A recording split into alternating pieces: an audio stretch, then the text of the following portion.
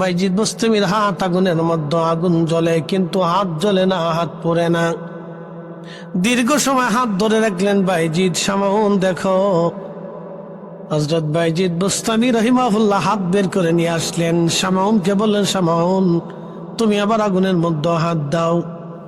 বাইজিদ বুস্তামিকে শামাউন বলল, বাইজিদ 40 বছর ধরে আগুনের পূজা করলাম, 40টা বছর ধরে আগুনকে সেজদা দিলাম, ক্ষুধা মনে করে ভাবলাম 40 বছর তাকে ভজলাম, 40 বছর ধরে তার পূজা দিলাম, 40টা বছর ধরে তার ক্ষুধা মনে করলাম। বাইজিদ জীবনটা আমার মিথ্যা হয়ে গেল। বাইজিদ আগুনের মধ্যে তুমি হাত দিলা, তোমার হাত আগুনে পড়ল না। বাইজিদ তাহলে বলো, আমার আর বোঝার বাকি নাই, তোমার ধর্মই সত্য।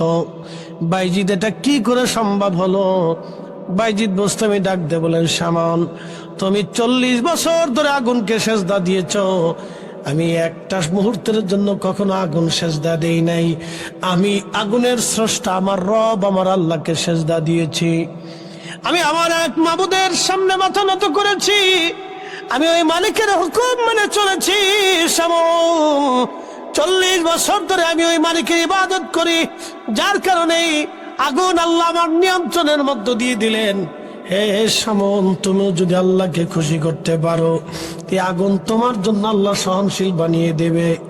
বাইজিদ বুস্তামিকে শামাউন বলল, বাইজিদ আর দেরি করো না, মরণের আগে তোমার ওই কালেমা ধর্ম দীক্ষা দিয়ে দাও, লা ইলাহা ইল্লাল্লাহু মুহাম্মাদুর রাসূলুল্লাহ সাল্লাল্লাহু আলাইহি ওয়াসাল্লাম।